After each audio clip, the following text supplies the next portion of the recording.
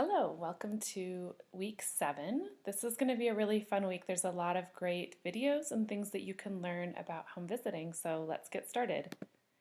The objectives for this week are really related to understanding when people are ready to learn, whether it's babies or adults. I have a couple of articles to look at regarding that. And what are some of the teaching principles that you're going to want to use during home visits and incorporating curriculum into visits, and also supporting child learning, and some good tips for that. So what that looks like when you get into the content for the week, I don't know how to make it go back directly to that, so I'm sorry I'm always flipping through this. But when you get to content for week 7, there are two articles. This one here is about zones of regulation. It talks about learning, optimal learning kind of zone for adults. And this is actually the same information but for babies. This is from the firstborn curriculum. And then I also wanted to talk about laughter and humor in visits, and so this is sort of a silly video to do that with. It's 9 minutes, it's short. I would like you to watch it and actually do along with her. So you're probably going to want to do this one where people aren't watching or listening to you because they're going to laugh at you, but then they can just join in the laughter, so that's okay. But this will be part of your assignment, so I would actually always read the assignment first, especially read, reflect, apply relates to this one.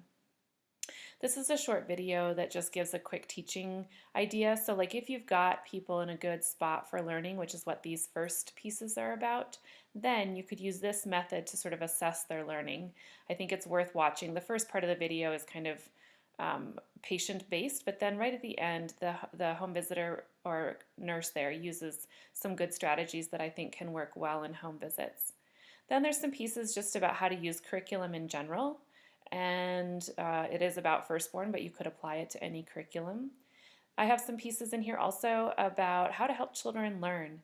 The firstborn curriculum specifically has really great learning sequences, so for those of you involved in firstborn, look at this, and then we'll be talking about the other sequences and how to use this piece with parents.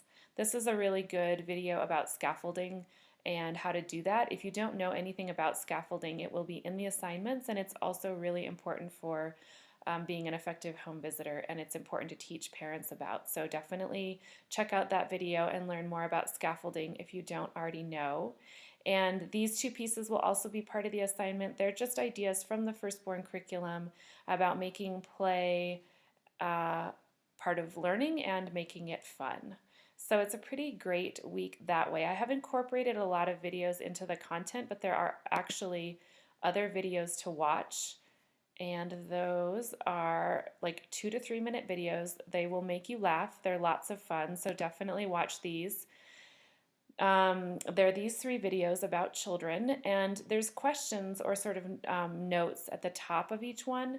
There is a reading assignment that it's actually the discussion this week that asks you to answer these questions. So pick one of these videos for the discussion and then look at the question right above it and answer that in your discussion board post. There are the 3 questions there.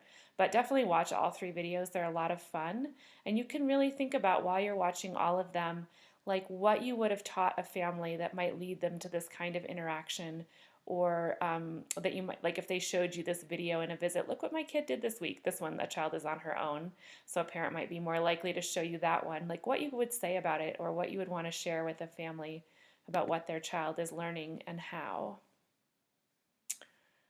So then, like I said, the discussion board is really looking at those 3 videos I just showed you under the videos section and answering the questions that are put above them, and then reply to 2 people, one of whom picked a different video than you, and just enjoy those videos and enjoy sharing your thoughts and reflections on them together. They're a lot of fun.